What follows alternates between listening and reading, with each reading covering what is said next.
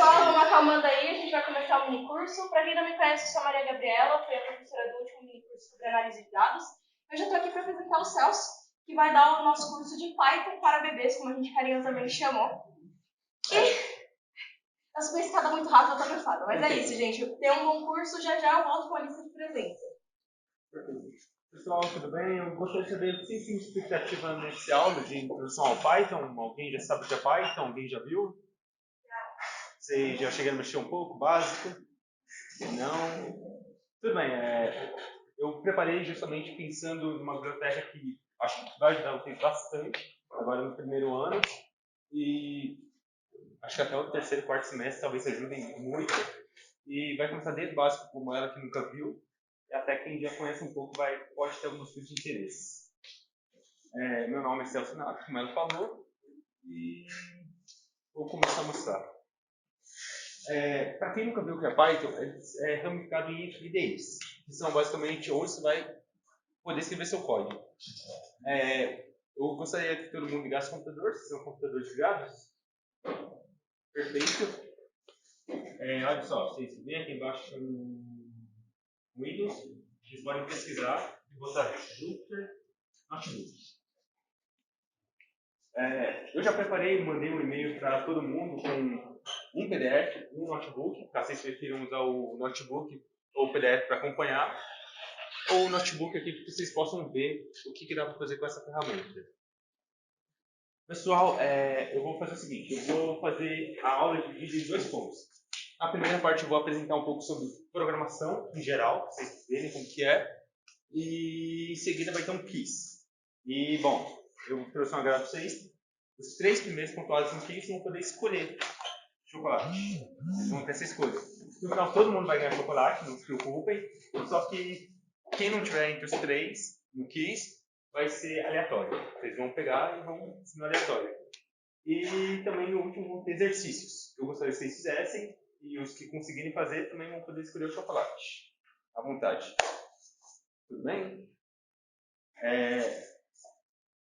Aqui vocês abrem o Jupyter Notebook, vai aparecer uma barra de comando. Essa barra de comando, de vez em quando, dependendo do computador, pode demorar um pouquinho. Mas não se preocupe, pode abrir ela, demora um pouquinho, e ela já abre automaticamente essa página aqui. Notem que aqui é o localhost, que é basicamente o local da sua conta, 88, está aqui. Vocês podem abrir esse arquivo que eu mandei para vocês, que está como aula.ipmd. Justamente o que eu pretendo utilizar hoje. Bom, vou começar explicando um pouquinho a introdução da programação.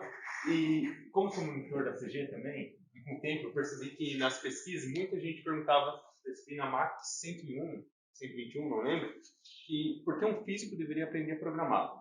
Alguém tem alguma ideia? Alguém? Sim, bastante. Olha, a simulação é um ponto. Pois não? Eu não consegui achar Perfeito. Eu mandei no e-mail para vocês. Vocês podem ver se receberam. Aí você conseguiu abrir o Jupyter? Perfeito. Então, para rodar a simulação, como ele falou, sim, importante. Vocês agora estão no primeiro semestre, vocês estão tendo Física Experimental 1, correto? Vocês estão usando provavelmente o Webhook ou Atos. Atos. Muito bom também. Acontece que você pode utilizar o Python também. E o Python não deixa de ser uma ferramenta bem robusta. E, inclusive, vou explicar um pouco mais à frente. Aqui eu trouxe um pouquinho sobre a história da programação. Esse aqui é o TR de Jacobi. Ele foi criado justamente para substituir o trabalho manual. Então, muita gente fala que foi a primeira ligação com programação. O que a gente... É um tanto duvidoso, porque a gente não sabe confirmar muito bem se esse provavelmente foi o início, e talvez um meio de automatização apenas. Aqui para baixo a gente tem a máquina de Babbage. E aqui tem uma historinha bem curta que explica, foi montada em 1822, filha de um famoso poeta Lord Byron. Aqui conta um pouquinho a história.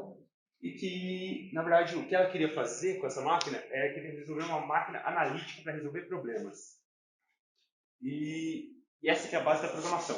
você vai criar uma linguagem que você consiga se comunicar com a máquina para resolver problemas, para analisar dados, para fazer simulações, até automatizar.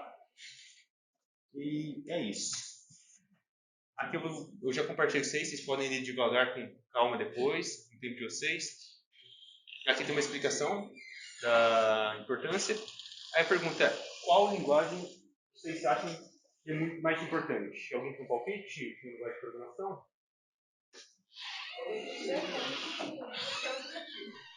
Exato, depende do seu objetivo. A gente tem linguagens como C, que costuma ter um grau de dificuldade de aprendizagem difícil, mas é muito usado para desenvolvimento de softwares, desenvolvimento de sistemas operacionais e introdução de hardware. E basicamente C é uma linguagem muito primitiva, então ela é muito melindrosa com alguns detalhes. Python, a dificuldade de aprendizagem é baixa, porque ela veio justamente para que a gente consiga conversar com a máquina de uma forma simples, como se a gente estivesse falando inglês com a máquina e ela entender e a gente conseguir desenvolver nossos aplicativos. Java é uma linguagem curiosa, porque quando ela foi criada com o objetivo de ser universal. Antigamente, todo programador tinha que fazer o seu código, fazer para um sistema operacional, e se quisesse rodar em outro computador, teria que refazer todo o código só para rodar no outro computador. Então, Java veio com a ideia de ser universal e abraçar todos os sistemas operacionais diferentes. JavaScript é muito diferente de Java. É uma empresa que entrou na onda que Java estava com a popularidade bem alta. Obrigado. Entrou na popularidade que Java estava bem alta, então todo mundo queria aprender Java. Eles criaram uma nova linguagem chamada Java, roubando a popularidade de Java com Script, que é muito usado para a criação de página web é como se fosse um motor que move as páginas web. Então você consegue dar uma dinâmica melhor. E por último, temos essa Ruby, que é para a criação de aplicações desktop. Basicamente isso. Confesso que a Ruby eu não tenho muito conhecimento, e esses aqui só são alguns exemplos. Tem SQL, que é muito usado para banco de dados, e dependendo do que vocês vão trabalhar, vocês provavelmente vão usar um pouco de SQL. Aqui tem umas vantagens, que a gente costuma dividir as linguagens em dois pontos. As compiladas e as de interpretadores. Aqui explica que as compiladas são mais rápidas, mas tipo, tem várias etapas de tradução, ou seja, é muito melindrosa. Você tem que tomar muito cuidado que, por exemplo, em C, para uma criação de uma lista, você tem que falar quanto espaço você quer na memória para colocar uma lista, porque senão você pode estourar sua memória. Então, uma linguagem meio complicada. Já interpretada, ela veio com a ideia de, sim, você fala com a máquina o que você quer diretamente, ela interpreta, compila e faz o processo. O problema principal é que é lenta. Compilada é mais rápida, porque já é mais direto de contato com a máquina, e é mais lenta. E, bom, a linguagem que nós vamos abordar no curso vai ser o Python, nossa linguagem de impressão. Aqui tem vários motivos explicando um pouco o Python. Python, atualmente, é a linguagem de programação mais popular na indústria. Não sei quem pretende trabalhar com programação, alguém gostaria disso no futuro? Não? Tudo bem. Tudo bem, acontece. Tanto que na física também, Python é um grande ajudante. Bom, no mercado de trabalho, ele é a linguagem que está em destaque, é a linguagem que mais está crescendo e cada dia está tendo desenvolvimento mais rápido, até para trabalhar em Big Data. Por exemplo, eu não comentei vocês, mas eu faço estágio no Bradesco e lá eu trabalho com modelagem de dados utilizando Python, Spark e SQL. Então, sim, é uma linguagem que a tendência é cada vez seja mais utilizada.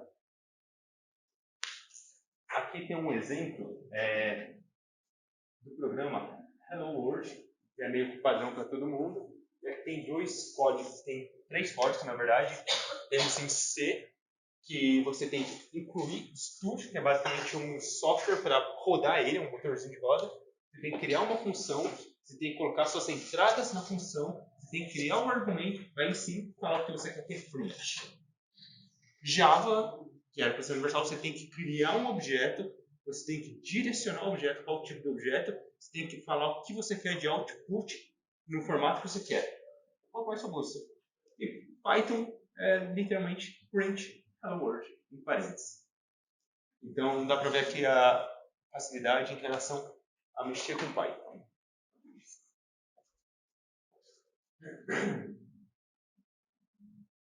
Aqui temos um pouquinho da história do Python. Deixa eu dar um zoom para vocês.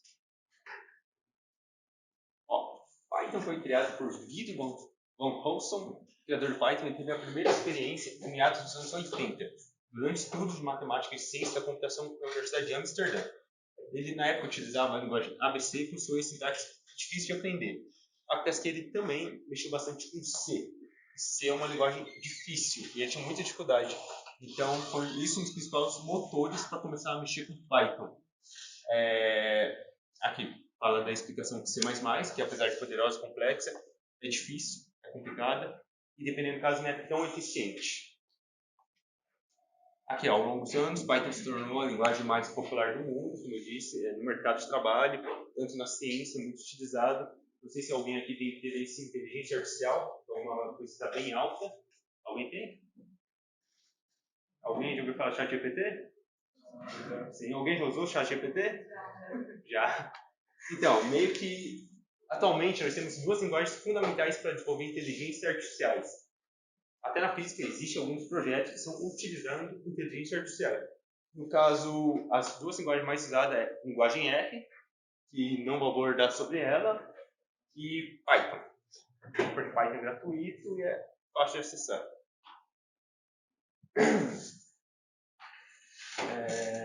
Bom, aqui introduzindo um pouco Python, vou falar um pouco sobre IDEs. Vocês lembram que eu falei no começo que o Jupyter é uma IDE? Tudo bem? Então, vocês lembram? Então, acontece que existe o Google Colab, Visual Studio Code, que é o VS Code, o Jupyter Notebook, que é o qual nós estamos utilizando aqui, o Spider, entre outros. O Visual Studio Code é a linguagem mais utilizada hoje em dia no mercado de trabalho. O pessoal gosta muito porque dá para sincronizar com o GitHub. O GitHub é um supositório como se fosse uma nuvem. Ele consegue mandar o código automático para lá e puxar quando ele quiser para ficar trabalhando com isso. Aí aqui tem uma das fotos do Colab. Observe que, olha só, o Colab ele é igualzinho o Jupyter que a gente está mexendo. Ó, é separado por células. Você consegue rodar células separadas. Então, esse é o visual do Google Colab. Aqui temos o Jupyter Notebook, que é por onde estamos rodando. E aqui é o Spider. Muita gente gosta dele, a sintaxe, porque ele parece com uma linguagem muito popular aqui na física, que é o MATLAB. Alguém já ouviu falar do MATLAB? MATLAB é uma linguagem paga. Aqui, eu acho que é $100 a licença. É meio carinho, salgado. E por muito tempo foi muito utilizado na ciência, porque ele tem um sistema complexo para rodar análise de dados para a ciência e fazer simulações. Só que, com o tempo, está caindo em desuso. O que está crescendo muito é o Python. O Python está cada vez crescendo mais e mais, tanto que algumas pessoas estimam, inclusive eu, que o Python vai meio que matar o MATLAB. Mas não deixa de ter uma praticidade no MATLAB, por exemplo, tem aqui o visual gráfico que está crescendo, você pode escrever, aqui tem um terminal, qualquer que deu, aqui você escreve seu código. Então, uma linguagem é uma IDE usando Python para simular um MATLAB, mas que não deixa de ser interessante. No caso, eu confesso que eu tenho muita preferência pelo Jupyter, pelo motivo de poder rodar células das células. Ou seja, eu posso criar um código em cima, um código embaixo, e um vai travar no outro. Eu posso criar uma série e de repente não está tudo em um único programa. Eu não preciso fazer todo o programa de uma vez. Eu posso fazer parte por parte e depois se unindo. Aqui eu explico um pouquinho. Vocês perceberam que a extensão do arquivo que eu mandei para vocês é IPyNB? Essa extensão aqui em cima, essa extensão ela se refere a um notebook. Não deixa de ser Python, mas é uma ideia diferente por ser separado por células. Então você pode trabalhar com células como você quiser. E essa formatação tem algo muito curioso, porque você consegue trabalhar com outras linguagens também, que é o Markdown. Você consegue separar o Markdown para trabalhar com HTML. Não sei se alguém já mexeu com HTML, que é a função do site. LaTeX, vocês já ouviram falar de LaTeX? Na física é muito utilizado, ele aceita LaTeX. Você pode escrever seu código LaTeX por aqui também. E basicamente é isso. Aqui, ó, por exemplo, programa.py, pode entrar. O programa.py, ele pode abrir de repente automaticamente no Spider, ou no VS Code, ou numa IDE, ou numa barra de comando, às vezes. Pode acontecer. O IPyNB é mais para notebook, ou seja, ele vai sempre tentar abrir no notebook.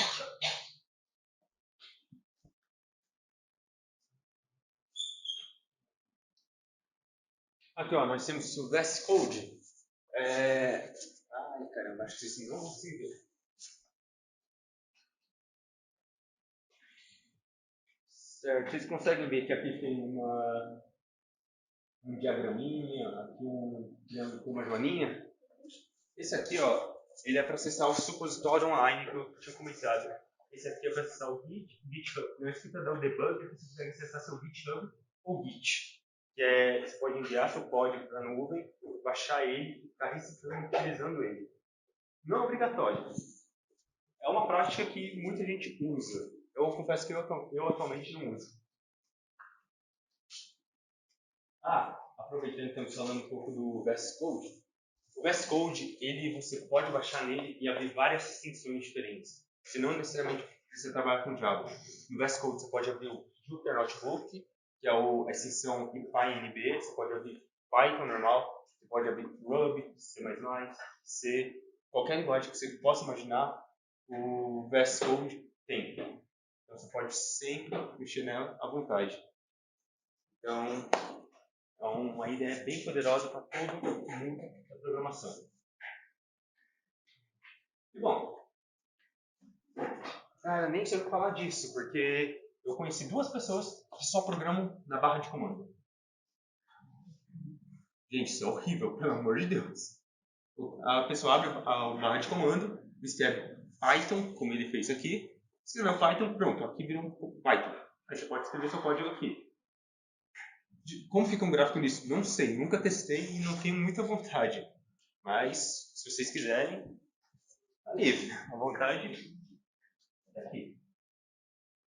Uma das curiosidades, vocês deram uma olhada aqui, ó, Markdown, ou seja, essa célula toda, eu construí ela numa método de LaTeX e HTML. Então, se eu quiser abrir ela, vocês também podem abrir, caso queiram aprender. Fica assim, ó. Imagem, texto, imagem, texto, imagem, texto. Fica um código meio estranho. E por fim, vamos abordar um pouco do Jupyter Notebook. Mas antes,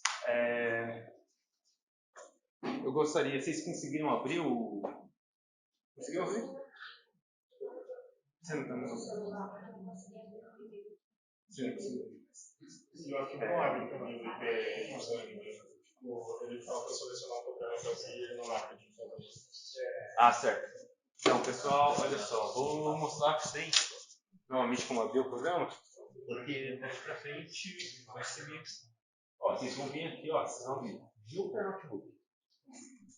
Vai abrir essa barra de comando, dependendo do caso, ela pode demorar um pouquinho, não se preocupem. Ele já abre aqui o computador.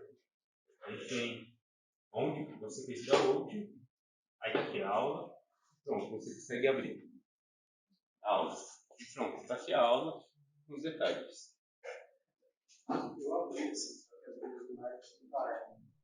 Beleza.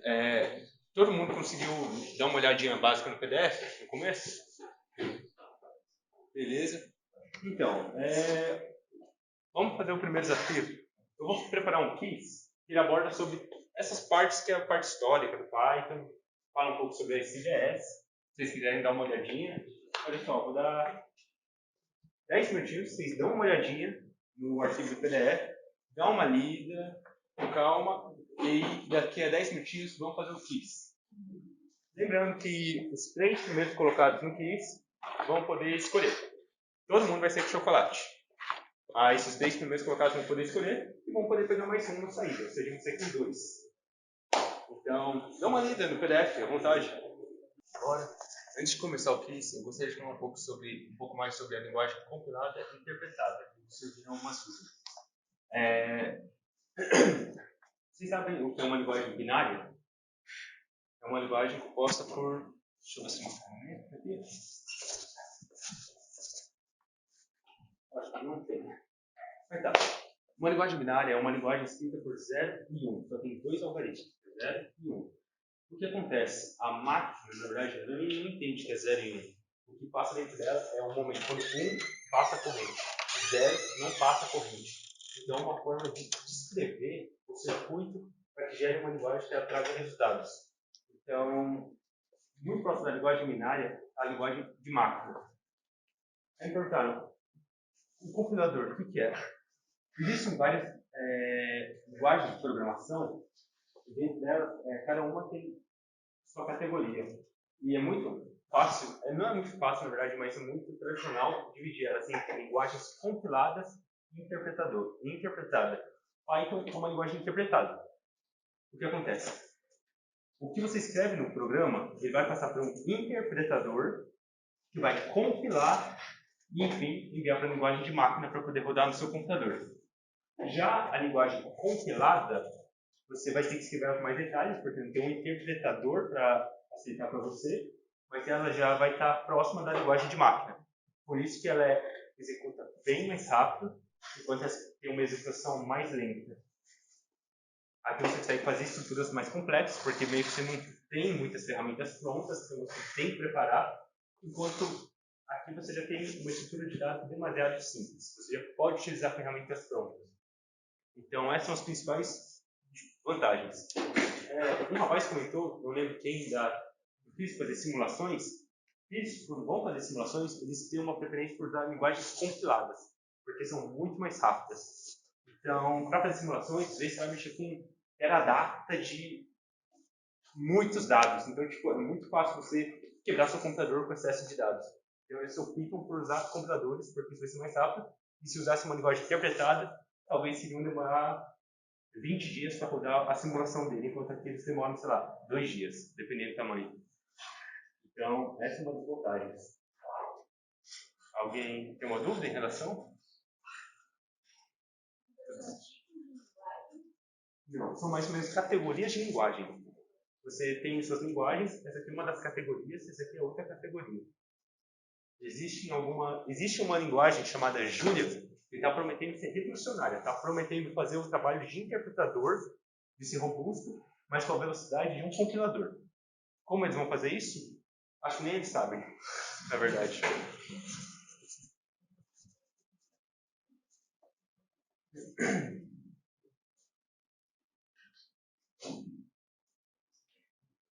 Pessoal, aqui ó, vocês podem acessar esse site, ó, mente.com, e usar esse código para entrar nessa sala. Nessa sala, vocês vão perguntar o nome de vocês. Vocês botem como vocês querem se identificar. Diz que der para reconhecer vocês, que vai saber no final. E se você quiser botar, sei lá, Shaolin, matador de porcos, à vontade, desde que a gente reconheça.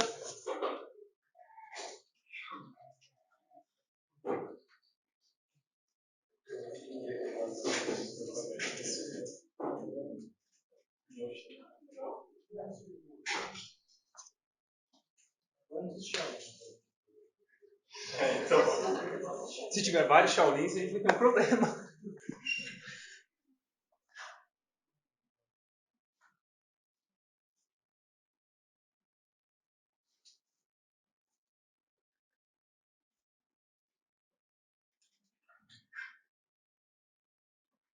Isso, uma linguagem interpretada. Direcionado a objeto é mais ou menos uma classe de algumas linguagens que é usado, né, muito no estilo, e binária é 0101. Compilada são outras linguagens, Python chega a ser assim.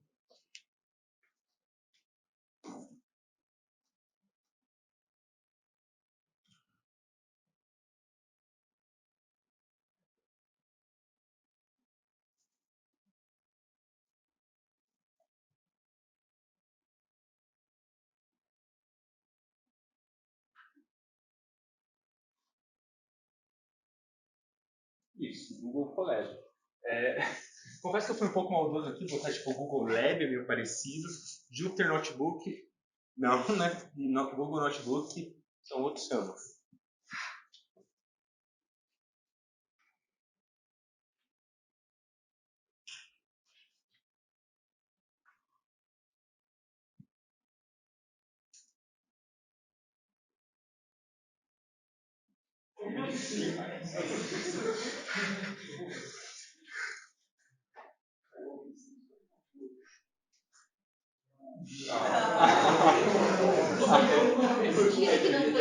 Eu esperava que o Homer. Se alguém tivesse voltado no Homer Simpson, também ia poder pegar um chocolate.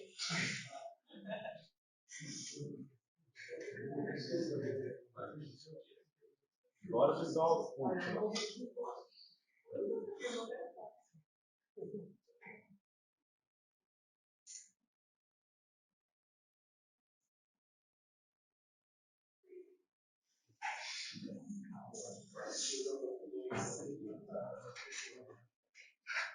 Gente, mais. As duas estão bem confusas. Tá próximo. C mais. Chegou perto.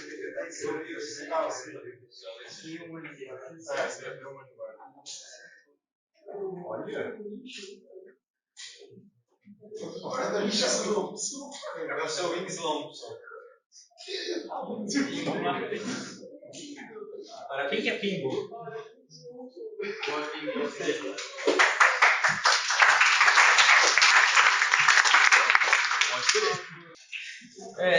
Aqui agora eu vou apresentar o Jupyter Notebook, mas na prática. Aqui eu coloquei comentários anotados por essas jogos da velha. Você pode escrever aqui. Antes de tudo, normalmente quando você vai escrever um código, seja no qualquer IDE do Python, você costuma colocar seus créditos. Você costuma botar entre 3 raspas simples e 3 raspas simples. Você escreve aqui e faz um textinho. No caso, eu botei meus credenciais aqui, meu nome e meu e-mail. Se vocês têm alguma dúvida, podem me mandar. Não garanto que ele responda na hora, porque o meu vida está muito corrido ultimamente. Mas vou tentar. E bom, o Python é simples. Tanto que a minha primeira sugestão, reza a lenda, quem não faz esse seu primeiro código, nunca fará um código bem feito.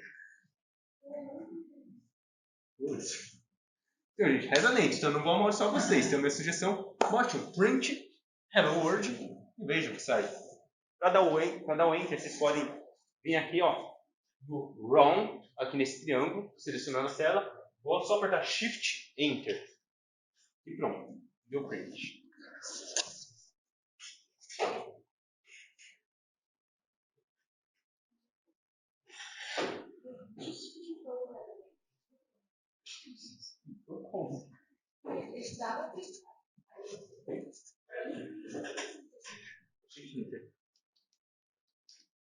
Você mudou alguma coisa antes?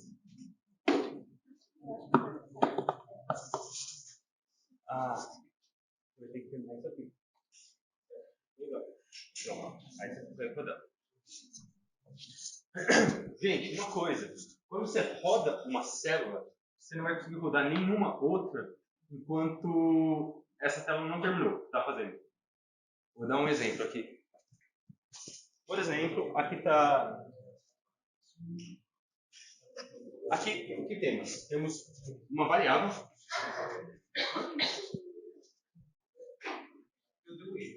As minhas rodaram todas ao mesmo tempo, você não Rodaram todas ao mesmo tempo? Aqui, ó, eu estou algumas vezes aqui, ó, a Hello World aqui, aí veio todas as outras, aí veio essa daqui, ele correr fazendo as coisas. Não, tudo bem, não tem problema. Não roda. Porque olha só tá rodando aqui embaixo também, ó. Então, vamos parar. Tá, vamos matar o seu código.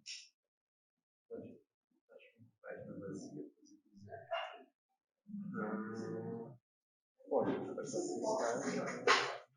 agora sim. Você fechou a barra de comando. Tá. Você vai ter que abrir de novo. Pessoal, alguém mais deu erro? Vamos ver?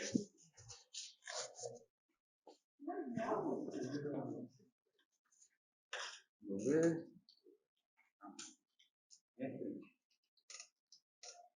Voltou? Voltou. Aí você abre parênteses. Isso. Não abre parênteses. Você tem que botar aspas dentro de parênteses. Tá. Parênteses. Isso. Depois escrever. Certo.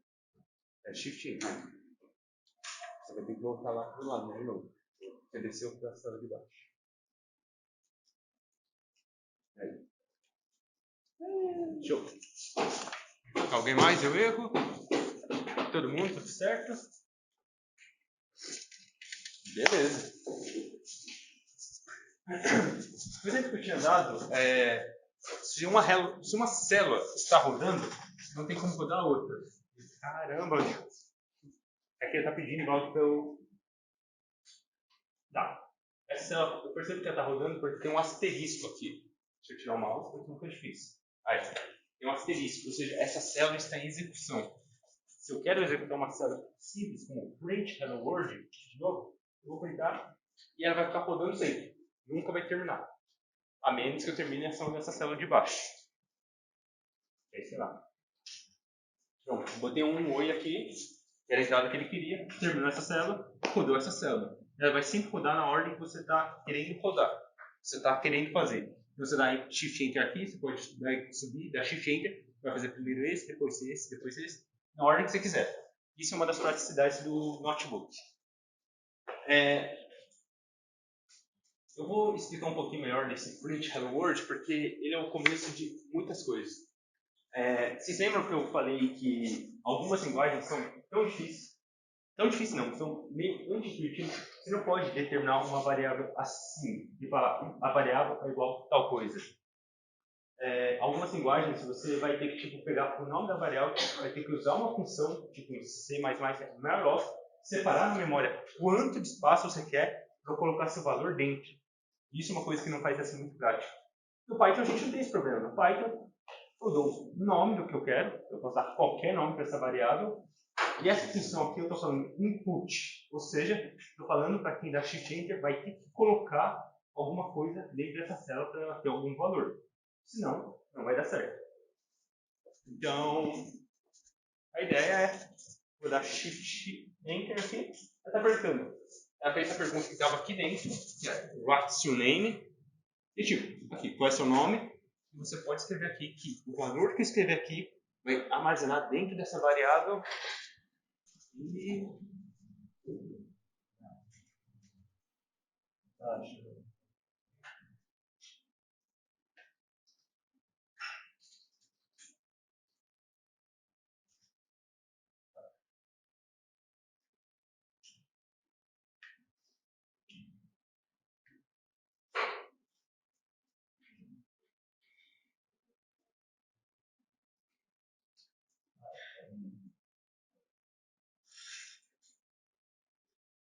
Acabei de cometer um erro agora, apaguei o Jupyter, agora vai dar erro de conexão, você não pode cortar a barra de comando. Eu vou abrir novamente para...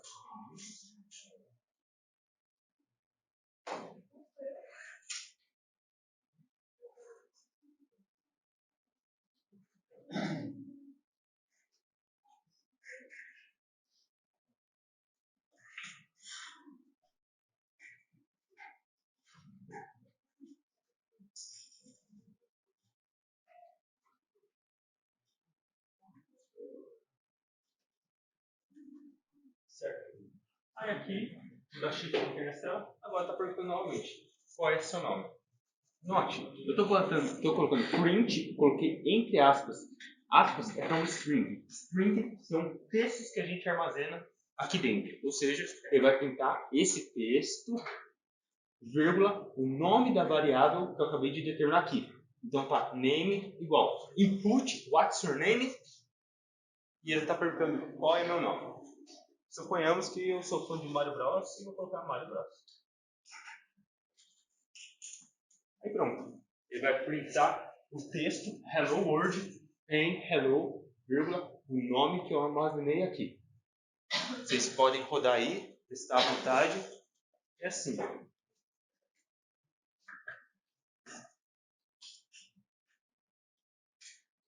Aqui tem um ponto curioso. Aqui em cima, se eu quiser colocar um número, alguém tem ideia do que acontece? Se eu quiser colocar um nome aqui, um número, aqui, no lugar de name, alguém tem ideia do que acontece? Por quê?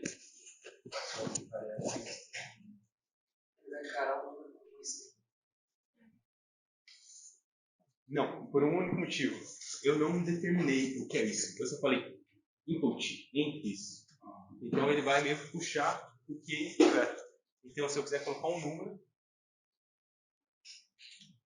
hello, 2.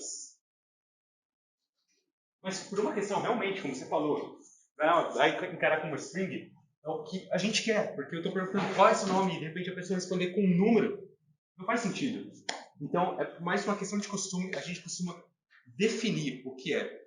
E para definir uma string, a gente determina com str, abre aspas, não, abre parênteses, aí daqui a nossa opção, input, a pergunta, vai fazer a pergunta e vai imprimir exatamente como a gente quer. E agora sim, se eu colocar um número, ele vai encarar como se fosse um texto, um número.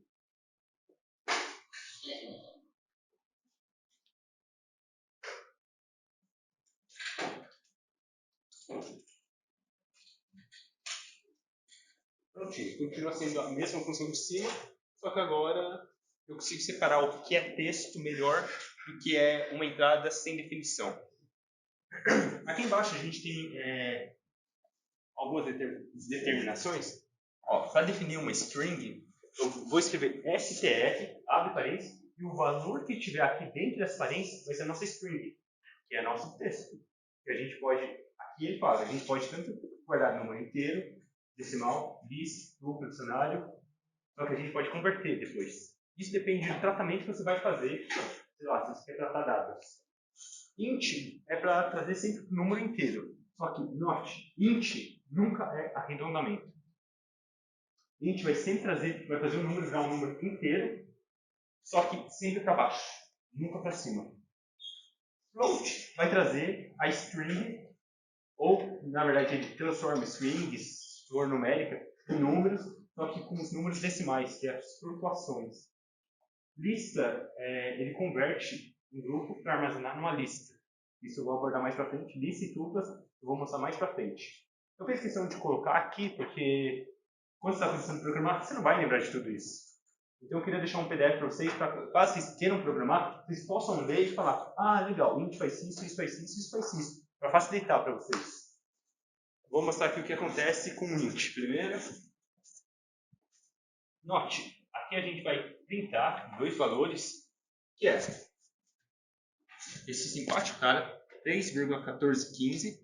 Note, o Python reconhece só ponto, então é 3.1415, que é o valor do pi, e ele vai printar um número inteiro, ele está transformando inteiro, 2.99. 3. A gente espera que isso vai dar um arredondamento comum, a gente esperaria que fosse dar 3 e 3. Só que na hora que a gente dá Shift Enter, o int arredondou o 2.999 para 2 e o 3 para 3, que é meio que normal.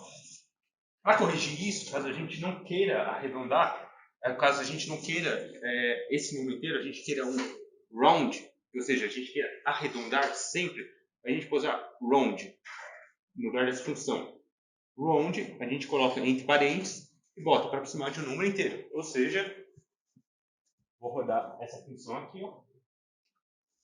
E agora sim, 3.49 a gente espera arredondar para 3. E 3.51 a gente espera arredondar para 4. E foi exatamente o que aconteceu aqui.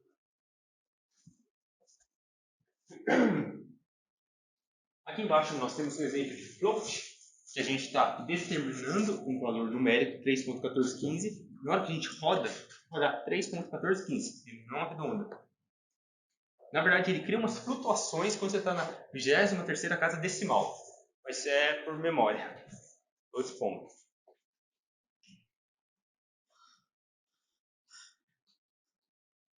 Ah, certo. Aqui, ó. A gente pode converter, lembra? O número, float, em string também. Aqui eu determinei a string de 14.1516.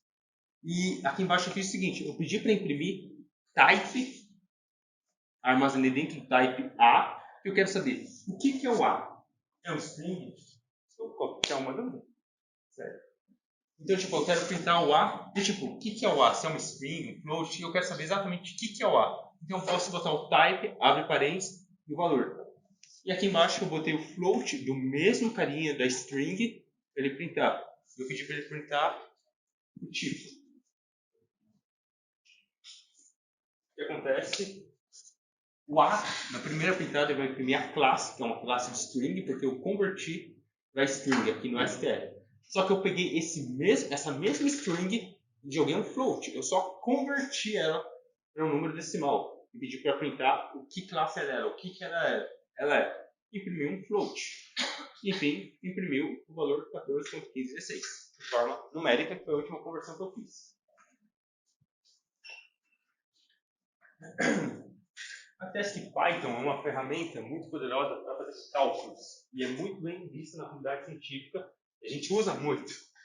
E aqui estão os comandos básicos, que é, você bota soma, você vai simplesmente pegar um valor numérico, mais um valor numérico, mais 10, uma subtração, tipo 7 menos 5, 2, e ele entende realmente isso. Para multiplicação a gente põe asterisco, divisão inteira é quando eu quero dividir e arredondar para o número, arredondar para o próximo número inteiro. Ou seja, 90 dividido por 8 dá 11. Agora, divisão caso decimais é só por uma barrinha. Vai ficar tipo 90 dividido por 8, 11,25.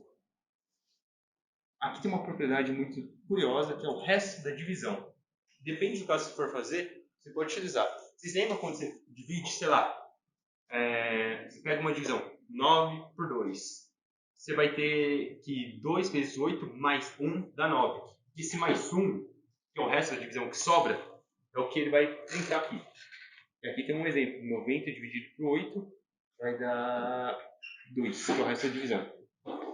E para elevar a um expoente, é só usar 2 asteriscos. Ou seja, 2 asterisco, asterisco 3 igual a 8. Ou seja, 2 vezes 2 vezes 2 igual a 8.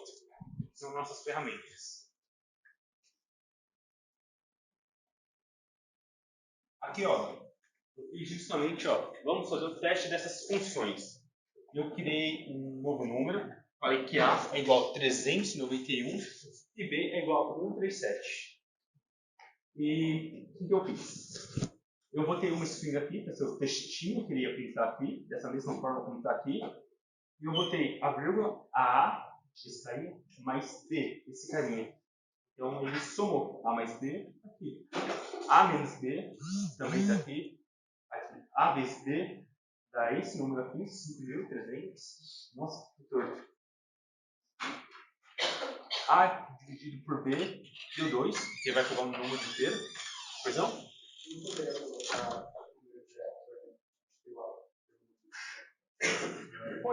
Você pode fazer isso. Você pode fazer isso, à vontade. Vai dar certo. Normalmente a gente faz isso porque, dependendo de algum cálculo que você vai fazer, você vai ter várias constantes. E você não vai querer pegar, sei lá, qual que era? K do... Não, isso não era efeito fotoelétrico. A constante da força de Coulomb, da interação de Coulomb. É tipo K, Q, Q1, Q2 dividido por R ao quadrado. Você não vai querer colocar o K 10 vezes na mesma equação. Então, às vezes, você vai só falar K é isso, e chama K sempre. É uma questão de praticidade. Mas você pode, nada te impede. Aí tá aqui, ó, A dividido por B. O resto é a divisão de A e B. E A elevado a B deu esse número gigante aqui que eu não vou tentar repetir nunca na vida.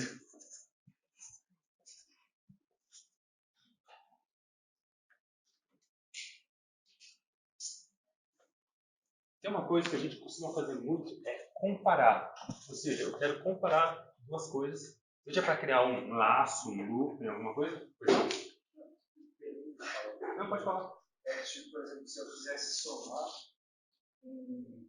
o A com o B, sendo que o B seria tipo uma coisa, uma soma, vai, de vários fatores, eu poderia definir o B como uma soma. Se for todo numérico, sim. Ou eu poderia escrever A asterisco asterisco. E aí eu escreveria B entre... Então, se você escrevesse A asterisco asterisco, você estaria elevando A ao B. Então, tudo que vem depois eu escrevi? Isso, tudo que está dentro do B. Tipo, sei lá, você definiu o B assim, ó. Ó, você escreveu B aqui, ó. Você pode escrever B como uma equação gigante. Se você botar A asterisco asterisco B, você está levando a todos os termos que estão dentro de B. Ou seja, você definiu B igual série de Taylor até 10ª ordem. Sim, na hora que botar aqui, você está levando a série de Taylor até a 100ª ordem. Pode. Pode. E olha só, aqui deu um número bem grande.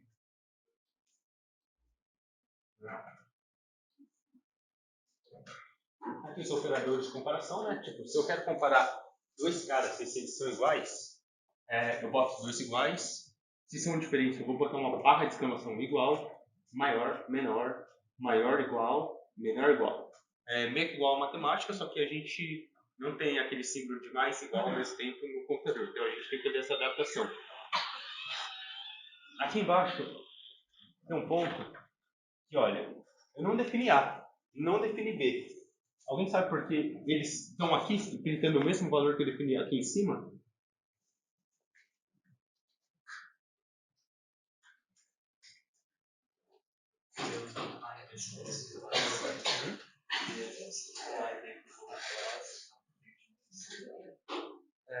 Quase. O que aconteceu, na verdade, eu já defini A e B.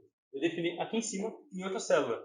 Ou seja, o que eu rodo antes do programa, e eu determino que A é igual a esse número e B é igual a esse número, quando for para a célula de baixo, ela já vai ter armazenado na memória que A é igual a esse número e B é igual a esse número.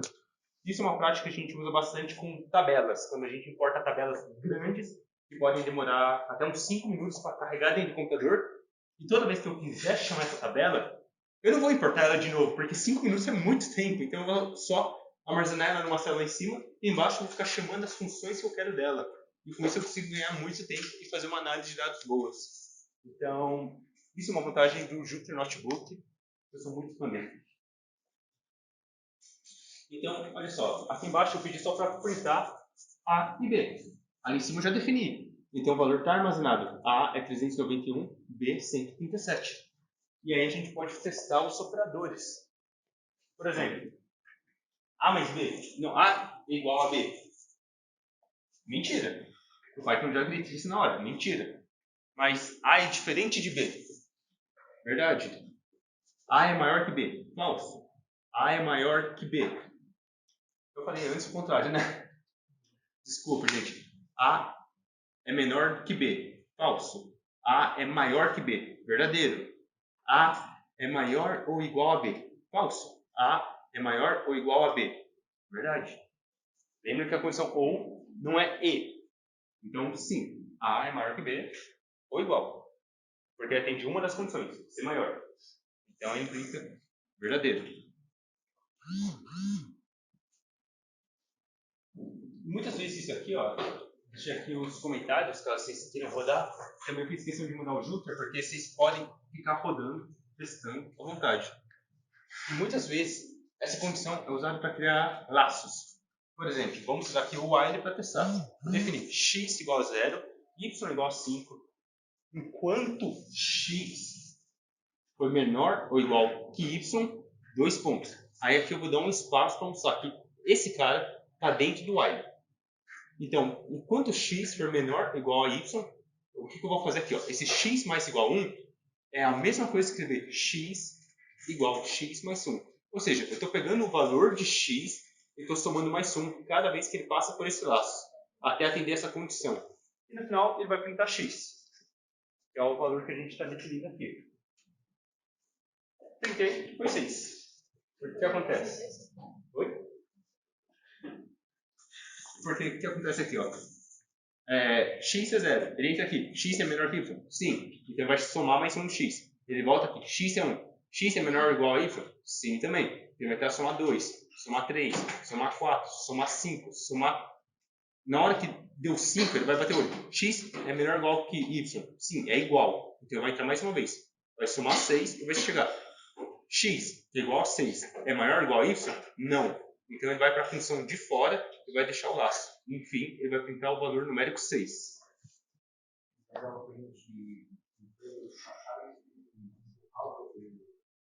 Isso, exatamente.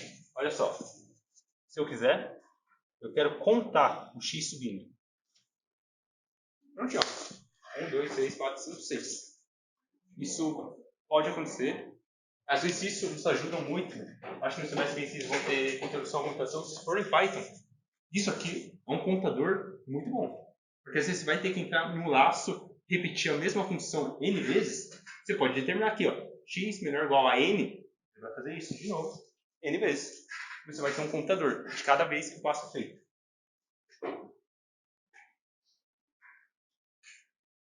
Aqui, ó. Tá bom. Aí também temos o if. O nome próprio instituto aqui, o FUSP. O if em inglês é se. Ou seja, se x for igual a y, eu quero que o print igual.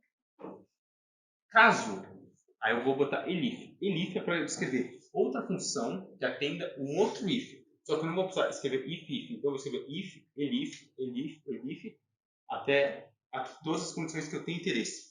Então, se x for igual a y, print igual. Ou seja, se os valores x e y forem iguais, get print igual. Elif, outra condição, que não é essa, agora outra. Se x for maior que y, print x é maior.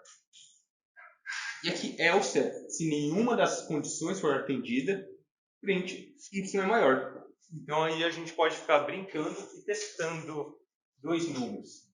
Por exemplo, a, aqui vai ser o x, né? 2. Vai pintar igual. Eu quero 10 e 5. X é maior.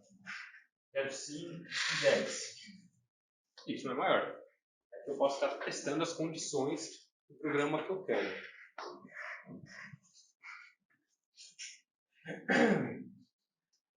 Também existe uma coisa que a gente pode escrever que é AND e OR. Ou seja, se x atender tal condição e também x atender essa condição, faça isso. Ou eu poderia substituir por um OR, que seria tipo, se x atender essa condição ou essa, atender qualquer das condições, ele vai fazer o que eu estou colocando dentro. Então, nesse caso, escrever esse programinha aqui, ó. Aqui eu vou dar a entrada, o valor 1, A1, A2. Ele vai testar se A1 for maior que A2 e A1 for maior que U, que é essa constante que a gente definiu, eu quero que print que A1 é maior que todos. Outra condição, se A2 for maior que A1 e A2 for maior que U, print que A2 é maior que todos. Outra condição, outro elif. Se A1 for igual a 2 e A1 for menor que U, print menores do que U. Ou seja, os dois valores são menores que U. E se nenhuma condição for atendida, print iguais ou maiores que U. E é isso que ele vai fazer. Aí ele pode testar 10, 10. Ó, iguais ou maiores que U. São iguais a U. Então, verdadeira essa condição. Tá, 11, 5. A1, o valor que eu botei é 1, é o maior de todos. Ou seja, está entrando e testando todas as condições para ver qual vai ser o print que ele vai dar na tela. Depois que ele dá o print, acabou o código. Output, acabou. Agora vamos falar um pouco de strings. Pessoal, eu sei que eu estou passando um pouco de muita informação.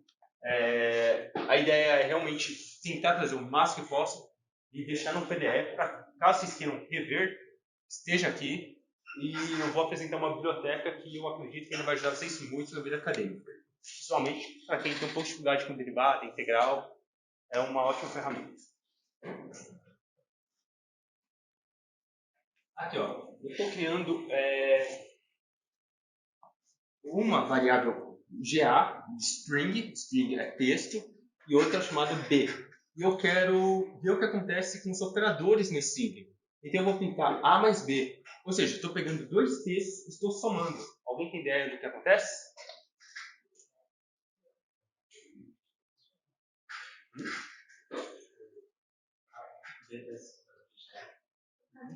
Exatamente, concatena.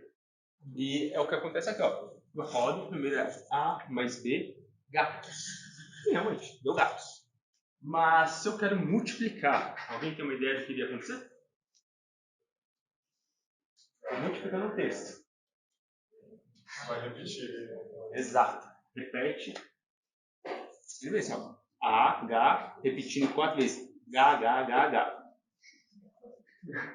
E também eu posso tentar fazer uma continha básica, tipo A mais 4B.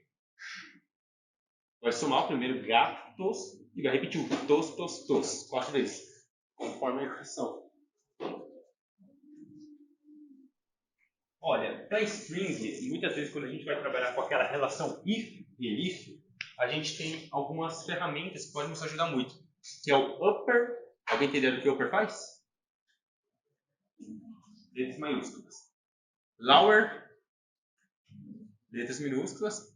E string. Na verdade era title que deveria estar aqui. O que aconteceu? Alguém entendeu o que o title faz?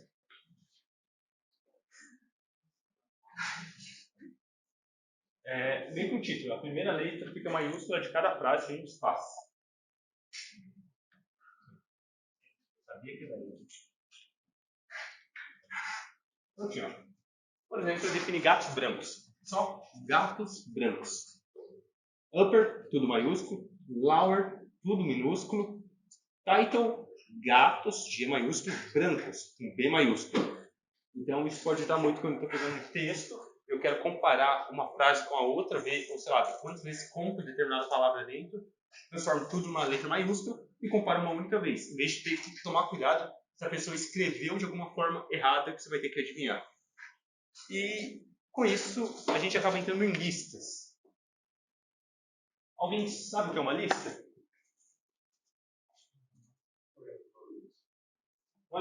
Uma lista de valores. Uma lista tem um nome que no mundo da programação eles amam, é chamar lista de vetores. De fato, quando você estudar álgebra linear, você entende um pouquinho o porquê disso. Então você tem tipo aqui, ó, um vetor, uma lista, com um elemento 1, 2, 6, 4, 5, 6. Quando você quiser, você pode fazer uma lista só de strings, você pode colocar strings aqui dentro, você pode estudar isso mais a fundo, e você tem isso. Acontece que para chamar a lista, você vai chamar a lista que você determinou, ó, determinou uma lista, abrir colchetes, no Python você abre colchetes, bota o valor que você quer, vírgula, o valor que você quer, vírgula, o valor que você quer, n vezes quando você quiser. Você vai ter essa lista aqui. Caso queira chamar a lista pela posição, você vai tipo escrever o nome da lista, abre colchetes e a posição dela. Ou seja, posição 0, posição 1, 2, 3, 4, 5. No mundo da programação, quase sempre a gente começa no 0. Então, se eu fosse botar, sei lá, posição 6, ia dar erro, porque a posição 6 seria a 7. A 6 estaria fora, entende? Então, é um cuidadinho que tem que tomar, porque sempre começa do 0. 0, posição 1, 1, posição 2, e assim por diante. Aqui, ó, estamos chamando a lista 0. Vai chamar esse cara. Opa. Alguém tem ideia por que deu esse erro? Alguém tem ideia por que deu esse erro aqui?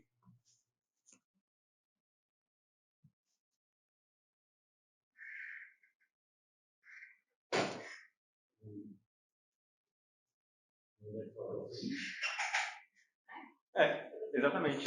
O que aconteceu foi que eu não rodei a célula de cima. E olha só, na célula de cima eu determinei o que era a lista. Ou seja, não está na memória o que é lista. Então eu estou chamando uma coisa que eles não sabem o que é. Deu erro. Então eu primeiro tenho que rodar o que declarou que é para entrar na memória para então chamar a lista. Então, de fato, foi um acidente aqui que eu cometi, mas acontece. Prontinho. Agora deu certo. Rodei em cima, chamei e veio. Eu posso determinar a lista como, sei lá, eu quero da posição 4, ó, em diante, eu só boto 4, 2 pontos, acho que eu fiz. Ou seja, ele vai chamar o 5 e o 6. Que é a posição 5 e a posição 4 e a posição 5. Ou seja, quando eu boto duas aspas, eu estou meio que selecionando os valores que eu quero na lista em determinado valor. Tem uma curiosidade, strings, por mais que sejam textos, eles também atuam como listas. Eu posso chamar uma string como uma lista. E sim, eu vou chamar as letras dela pela posição. Por exemplo, string aqui em cima, que a gente determinou gatos brancos, aqui embaixo eu vou chamar string de 0, 2 pontos, 2. Ou seja, eu estou selecionando aqui da posição 2, da posição 0 até a posição 2. Esse cara. Peraí, aqui. 0 até a posição 2. Ou seja, na hora que eu dou print, vai dar já. Ou seja, eu consigo também selecionar as letras como listas, tá trabalhando com elas. Então você já está aparecendo por 2, né? Isso, exatamente. Eu consigo fazer essa seleção. Aqui eu vou falar sobre uma coisa que prometo que fosse bem rápido, porque quase a gente nunca usa. Mas, por questão de etiqueta, vamos falar. Tuplas. Alguém já ouviu falar de tuplas? Tupla é nada mais nada menos do que listas imutáveis, valores fixos. Você não consegue mudar ela de nenhuma forma. Ou seja, a gente tem aqui uma tupla com esses valores e eu posso chamar a posição 2, 3. Lembrando, o 0 conta, então é 0, 1, 2. Chamou 2, veio o valor 3. Mas, se eu tento mudar o valor da tupla, eu vou pegar a tupla, vou pegar esse valor aqui, o 3, e vou falar que esse valor é igual a 4. Numa lista ia dar certo. Eu substituir o 3 por 4. Mas aqui dá erro. Justamente porque tupla é imutável. Então, ele nunca vai aceitar mudar.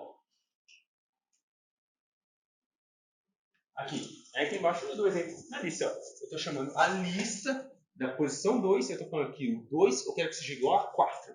E printa a lista toda depois que eu fiz essa mudança. Pronto.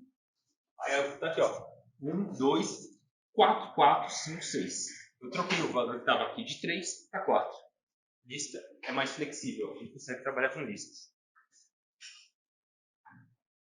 Aqui você também pode fazer soma de lista. Você pode fazer soma de lista. No caso, a gente tem aquela lista, eu estou somando a lista com ela. Está acontecendo uma concatenação. Exatamente como se fosse um texto. Estou juntando ele, nele aqui e pronto. Você também pode multiplicar por 2 e vai acontecer como na string. Porque a string se comporta como lista. Então eu multipliquei por 2, repetiu, repetiu. Então meio que exatamente como string.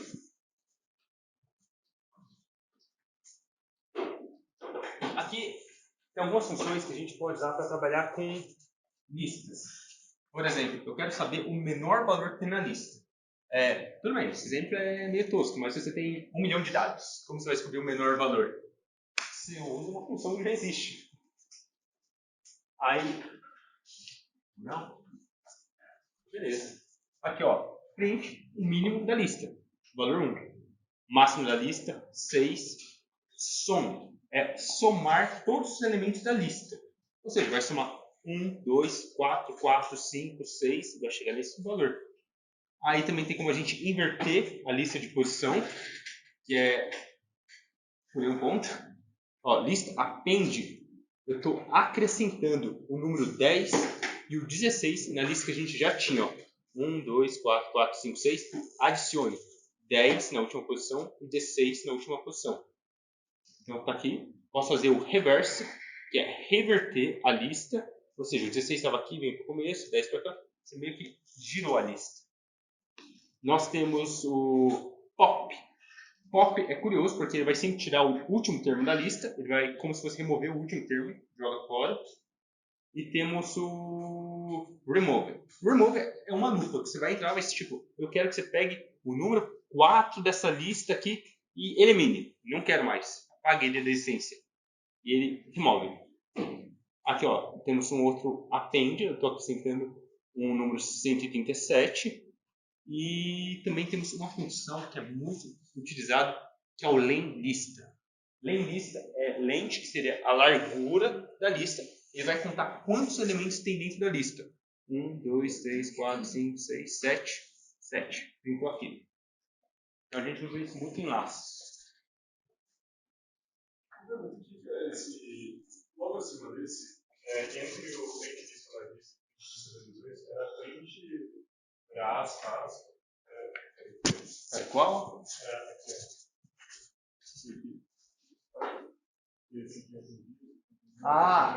Isso aí foi para dar um espaçamento, para não ficar uma colada na outra. Ah, tá. Isso foi só para print, tipo, print uma unidade vazia, para dar um espaço. Entendi. Aqui, outra função também que é importante é o for.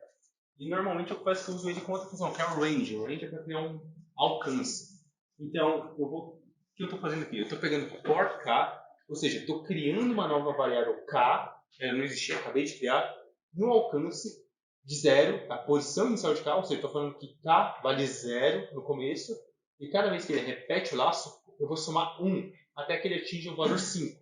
Quando ele atinge o valor 5, ele vai sair e acabou. E é exatamente isso que for k-range faz.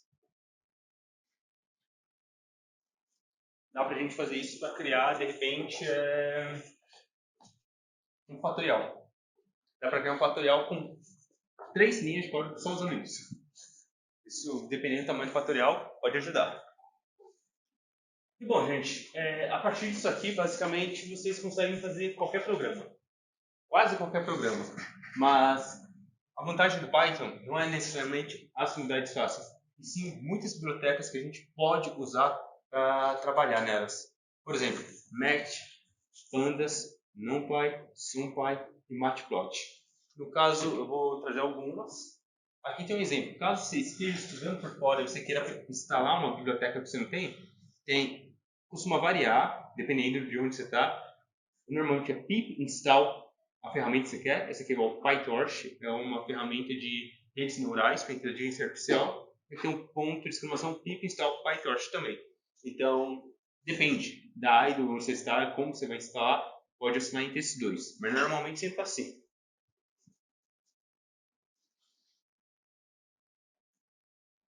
Aqui, ó, a questão é como importar uma biblioteca. Existem muitas bibliotecas nativas do Python que a gente pode utilizar.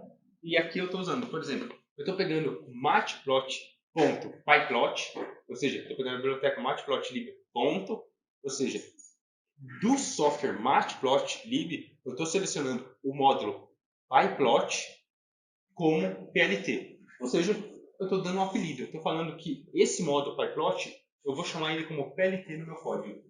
Por quê? Porque eu não quero escrever matplotlib.pyplot toda vez que eu for utilizar ele. Eu quero só escrever PLT e utilizar ele. Também nós temos outra forma de escrever ele mesmo, que é from matplot import pyplot as PLT. Eu basicamente estou falando do matplotlib import o módulo pyplot como PLT. E são redundantes, fazem exatamente a mesma coisa. Mas dá para utilizar.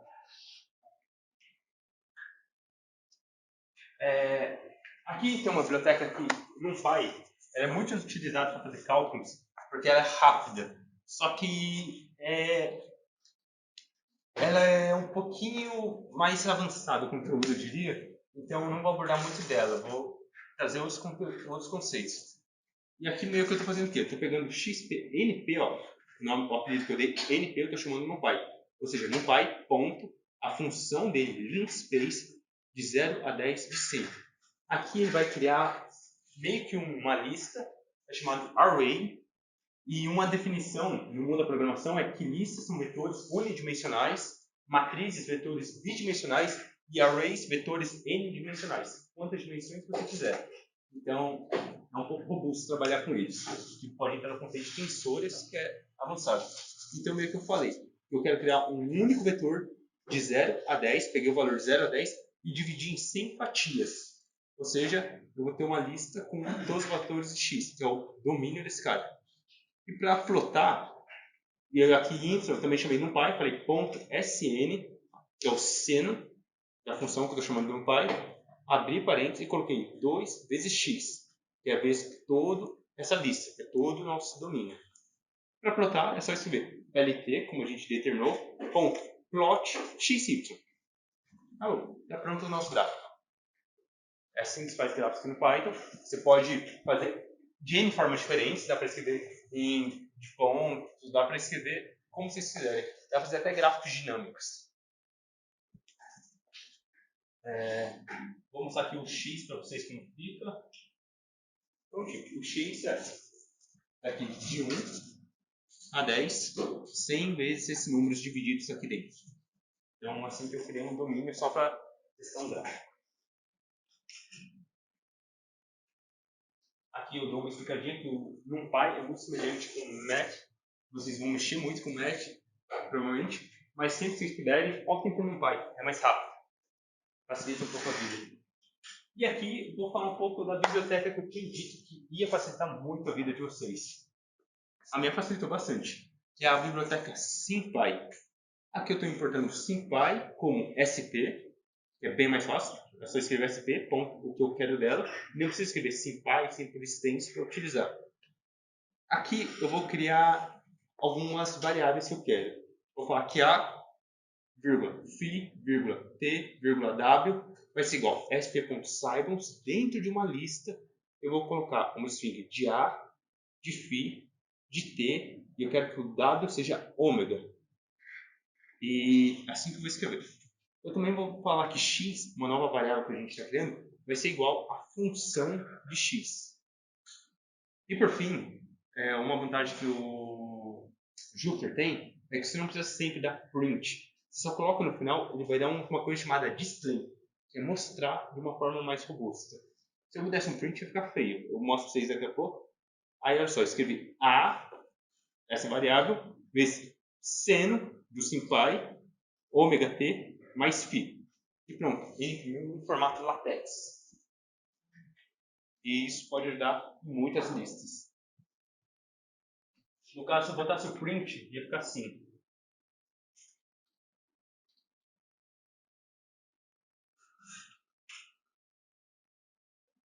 Já não fica tão bonito.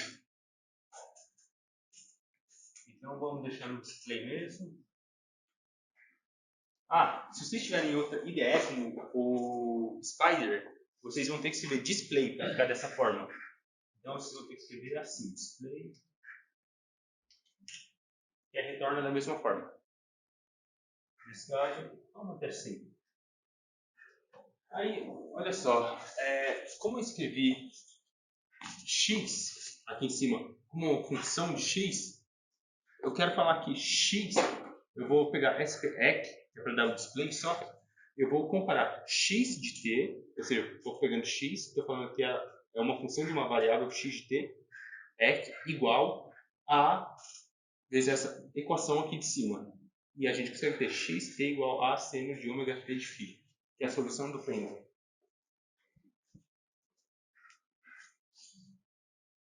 Aqui está um ponto. Nossa, eu tenho muita dificuldade em derivar, não sei que valor vai dar se eu derivar. O que eu faço? Joga no Python. Ele resolve para você. Ele resolve. Então, tipo, v, eu estou escrevendo a função de t, eu estou escrevendo a derivada dessa função aqui, essa função que eu escrevi aqui em cima, eu estou derivando sp.diff, o valor da minha função, vírgula, pelo que eu quero derivar. Eu quero derivar por t, porque eu quero descobrir, sei lá, a velocidade. Esse é o cálculo para descobrir a velocidade. Então, eu estou pegando a derivada, coloquei dentro disso aqui, e aqui eu vou dar um print, que eu quero sp, print, o valor dessa função igual a derivada. Ou seja, a gente vai ter que a velocidade vai ser igual a derivada da posição. E tá pronto. Aí, Vt igual a ômega cosseno de ômega t mais φ. Então, a vantagem do SymPy é que você pode lidar com símbolos e ele escreve bonitas. Ele é uma ferramenta poderosa para resolver questões analíticas.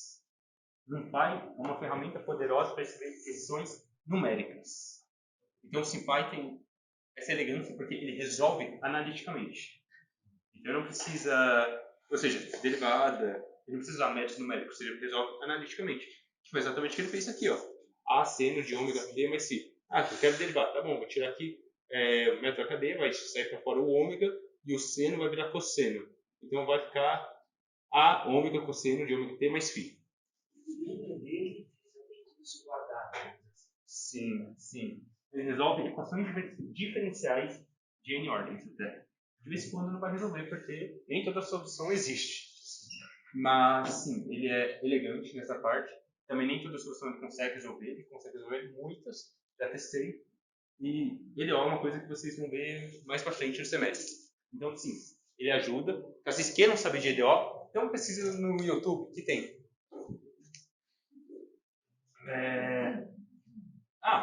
Aqui, ele também tem integral. Eu só posso pegar SB Integrate, estou pegando a derivada que eu derivei aqui, estou integrando de T, aqui é uma tupla que eu coloquei aqui dentro, T, de 1 a 4. E está aqui, ó, essa solução para A maior que menos infinito e menor que menos infinito, tal, ou seja, sempre. Esse aqui é quase nunca, então esse aqui em cima é a solução. Então, você também consegue arrumar integrais. Vocês estão vendo de geometria e vetores, vocês já começaram a chegar na parte chata de matrizes? Já. Use esse cara que ele vai ser seu melhor amigo. Olha só. ASP. Matrix. Criei uma matrix. Vou abrir um parênteses, vou escrever 2 colchetes, porque aqui em cima tem um valor, aqui dessa lista tem o primeiro valor, na segunda lista tem o valor da segunda e aqui o valor da terceira. Na hora que eu vou printar, prontinho, está aqui a lista. Ah, mas eu quero ver que o produto desse cara por esse resulta nesse. E quero resolver. Tá bom. Você vai criar essa matriz 3 de A, B e C. Você vai ter o resultado que a gente determinou como X aqui. Não, é o beta, desculpa. O X é essa matriz. E aqui eu estou expondo elas como elas são. Apenas. Por que você tem que definir aquele primeiro e deixar você pode deixar um do lado do outro? Você pode deixar uma do lado da outra, só que fica confuso. Sim, mas por que não? Você deixa desse jeito. Você botou 1, 2, 3. 2, 3 é a primeira linha da matriz. Na B você botou 4, 2, 1. Uma coluna. Bem sacado, bem sacado. Aqui tem 2 colchetes, ou seja, tem uma lista dentro de uma lista. Aqui só tem uma, ou seja, com um colchete eu estou criando 3 linhas. Com 2 colchetes eu estou criando o valor interno das linhas, né? Ou seja, aqui eu criei uma coluna com 3 linhas. Aqui eu estou criando uma listinha, né? Essa primeira lista é essa linha interna que eu estou definindo. Então eu criei a coluna, dentro da coluna eu estou definindo os valores da linha. Então, assim, por isso que eu consigo fazer essa definição. Isso é uma coisa que na prática vocês conseguem pegar. E bom, aqui está essa posição, eu quero que A vezes X resulte em B, eu quero saber os valores de A e B e C. Não sei. Você resolve para mim, Python?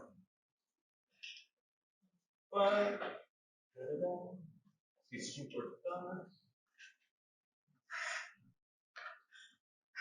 Ok. Aqui, ó. Valor de A, valor de B, valor de C. Problema resolvido. Nosso amigão facilitando a vida.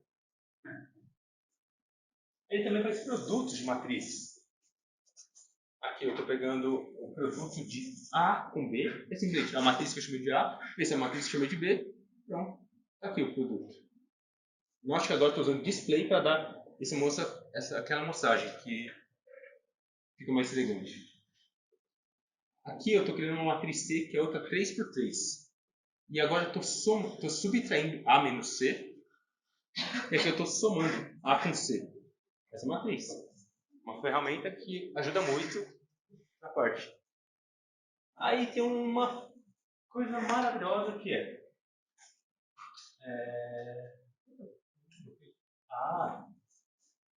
calcular a inversa de matriz. Estranho. Não, tudo bem. Isso aqui é uma EDO que eu jurei que tinha apagado. Mas tá. A C. Tem essa matriz C aqui. Que eu não printei. Tá aqui C. Eu quero calcular a inversa dela. Você poderia fazer pelo método de fatores, montar um sistema, como você quiser. Ou no Python você pode simplesmente elevar a menos 1. Você pegou a matriz, elevou a menos 1. E agora, para provar que ela é inversa, eu estou multiplicando C pela inversa. Exatamente, tem que dar uma matriz de identidade. C aqui. Ok, a matriz de identidade. Ou seja, eu estou com a inversa de C aqui. Vamos ver qual que é a inversa de C. Essa é a inversa de C. Uma coisa que poderia ser trabalhosa, poderia ter muito mais linhas, teria que usar um método com fatores. Aqui. Python te abraça. Bom, essa é a biblioteca que eu estava mais empolgado para mostrar para vocês, porque eu realmente acredito que iria ajudar muito vocês. E, bom, agora eu vou trazer um pouquinho de Pandas, que é uma biblioteca que a gente tem que é para importar arquivos. E se eu não me engano, esse. No meu caso vai dar certo, de vocês não vai dar certo porque eu não mandei esse arquivo aqui. E esse arquivo aqui é um experimento de laboratório do Frank Hertz com 195 volts. Ele é especial porque foi o único experimento que a gente conseguiu pegar 10 picos. Então foi um experimento que eu utilizei bastante. E aqui, aquilo que eu tinha comentado antes, dependendo do tamanho do arquivo, eu trouxe aqui e importei tá aqui, tabela. Pronto, acabou. Vou trabalhar na célula de baixo para não precisar ficar chamando sempre o mesmo arquivo que pode demorar dependendo do tamanho do peso. Aqui, ó, eu quero testar as colunas. Quero saber qual é o nome de cada coluna. É só por table, a nossa tabela, ponto columns, que vai ter o nome de cada coluna. Caso eu queira só ver a tabela, eu quero visualizar a tabela, não você clicar. Prontinho, chamei table, essa aqui é a tabela. 989 linhas, 2 colunas. Essa aqui é a indexação. Pronto. Venho aqui para ajudar a fazer um trabalho de Excel também. Mas eu quero selecionar só essa coluna. Eu quero só selecionar a coluna da corrente. Então tá, eu seleciono a tabela, abro o colchete e boto o string do nome da coluna que eu quero, que é corrente NA, e pronto, tá aqui só a coluna dela. Mas nesse experimento aqui, note que estou sem certeza. E é difícil experimentar. Tá, mas sei lá, vendo o aparelho, laboratório, eu tenho que ter certeza é 1% da corrente nanoamperes. Eu também posso fazer essa correção aqui em 2 linhas. Eu posso pegar, vou pegar a tabela, peguei a nossa tabela, estou criando uma nova coluna chamada incerteza de NA, e vou falar que essa incerteza é igual à nossa coluna que a gente tem aqui, da corrente, vezes 1%. Vou trazer a tabela para ver como fica. Prontinho. Tinha 2 colunas, agora eu tenho 3. Tenho certeza desse cara e tenho a tensão aqui. Então, se você fosse fazer no Excel, você tem que pegar essa forma, botar aqui e arrastar 1000 linhas para baixo. Então, não sei, cada um tem sua prática. Aí agora eu vou plotar um gráfico para que fique mais bonito. Eu vou usar esse estilo, ó. Apertei estilo e uso, tal, o nome do estilo. Aqui eu coloquei o link, lá tem vários estilos, caso você queira olhar no gráfico. E aqui eu estou plotando o gráfico. Para ele ter figure, eu estou criando uma figura da dimensão de 14 por 4. E eu estou fazendo subplot. Subplot eu estou pegando uma linha, dividi em 2 colunas, ou seja, eu peguei a imagem e dividi em 2, e estou colocando na primeira posição. Nessa primeira posição, eu estou plotando o scatter table, que é basicamente o nosso valor de x, nosso valor de y, em pontos. Aqui são pontos, mas que são muitos dados que não parecem tão juntos. E aqui na posição 2, que é exatamente 1, 2, posição 2, eu estou fazendo ele linearmente. Pronto, está aqui a tabela. Isso ajuda.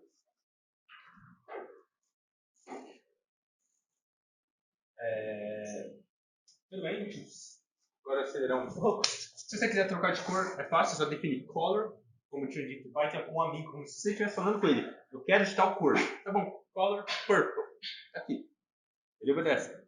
Ele também obedece código hexadecimal. Não sei código hexadecimal. Abre o Paint, vai na paleta de cores, escolhe uma cor e você consegue plotar. Você consegue fazer essa organização. Eu acho que tem que correr um pouquinho aqui. Beleza, pessoal. Tem que correr agora porque agora é exercícios. Bom. Vamos lá. A primeira pessoa que conseguir terminar os exercícios vai poder escolher. Só que a mesma pessoa não vai poder pegar mais vezes. Tudo bem? Alguma dúvida? Então, vamos lá. Então, podem fazer. Porque basicamente, um cidadão está fazendo um banco de dados dos seus clientes e está anotando o nome dos indivíduos com uma forma diferente. Tipo, Mário Mortadela, com D, E maiúsculo, com mussarela. Maria Cândido dos Santos. Michael Diacão da Silva. A ideia é que eu quero que ele corrija, que fique com a primeira letra maiúsculo, o resto da palavra minúsculo e sempre a primeira letra de cada nome maiúsculo só. Como nome tem que ser. Dica, está lá em cima, a função que faz isso. Pessoal, bora lá então fazer a solução dessa questão? Olha só. Primeiro, a gente vai ter que definir o número de pessoas que vai entrar nessa lista. Ou seja, eu vou criar número igual. Vou botar int, porque é o número inteiro, input,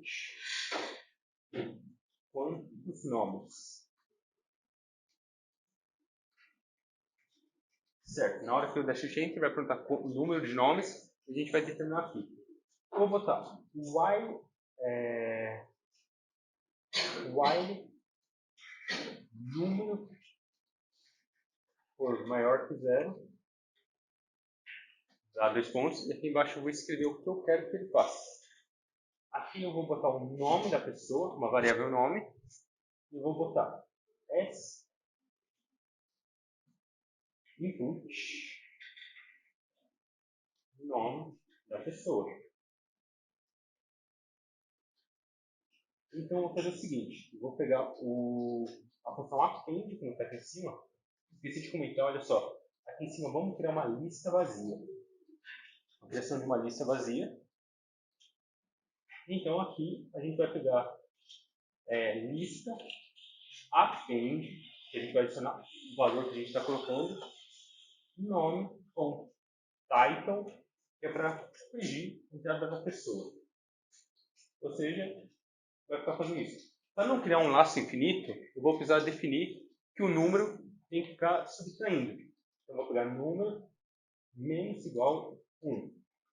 Ou seja, ele vai estar diminuindo o número de pessoas. Ou seja, a gente criou aqui um número que vai entrar, enquanto for maior que 0, ele vai perguntar um nome, vai adicionar um nome e vai tirar um número. Ele vai repetir aqui de novo, vai perguntar um novo nome, que vai pagar o nome anterior que tinha, e vai acrescentar no final da lista de novo. E fazendo esse passo, reciclando várias vezes. E com isso a gente consegue testar. Quantos nomes? Sei lá, 2. Luiz. Camarão. Óbvio. Sei lá. Roberto. Tá, não sei. Fica assim. Prontinho, ó.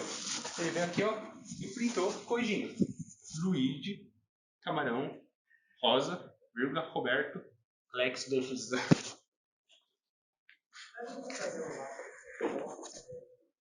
Com o quê? Poderia. Seria uma opção. Eu gosto mais de for, de fato, porque eu não preciso definir que no final do laço eu vou tirar número, menos 1, menos 1, menos 1 para atender essa condição. Pessoal, como eu estou roubando muito tempo de vocês, peço desculpa não atrasar muito, eu vou no exercício 2, os 3 primeiros vão poder escolher. O exercício 3 não precisam fazer em sala e tem um desafio no final, caso vocês queiram fazer por fora. Então, o exercício 2 está aqui, ó.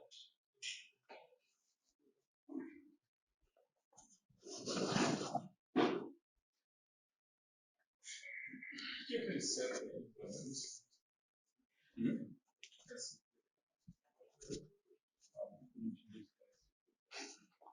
Certo. Separar cada valor por vírgula. Ou seja, ele está pintando aqui, ó, o primeiro nome, separou por vírgula, o segundo nome. Isso é para tirar as aspas e o colchete da lista. Ficou bonitinho no print. Pessoal, vou resolver aqui esse exercício e no final todo mundo pode vir aqui e pegar o seu chocolate. Tudo bem? Ó, bora lá. Aqui está um exemplo de uma função. Eu não cheguei a passar função porque é um pouco complicado, não é uma coisa tão fácil, tão trivial. Na verdade, é trivial. Muitas vezes quando você vai fazer um código gigante, você vai quebrar em pequenas funções e vai trabalhando separadamente. Então, bora lá resolver isso. Aqui eu criei uma função de soma. A verdade é que aqui você pode dar o nome que você quiser. Você define o nome que você quer. Eu vou dar o nome de INC, que é o que eu quero calcular. Eu vou dar de entrada altura e peso. Eu vou retornar o valor de retorno, que vai ser dessa função, vai ser peso dividido pela altura ao quadrado. Certo? E pronto, a função está pronta. Agora meio que eu tenho que criar a entrada. Ou seja, a altura, eu vou definir como float, input, altura. E vou copiar esse formato para peso.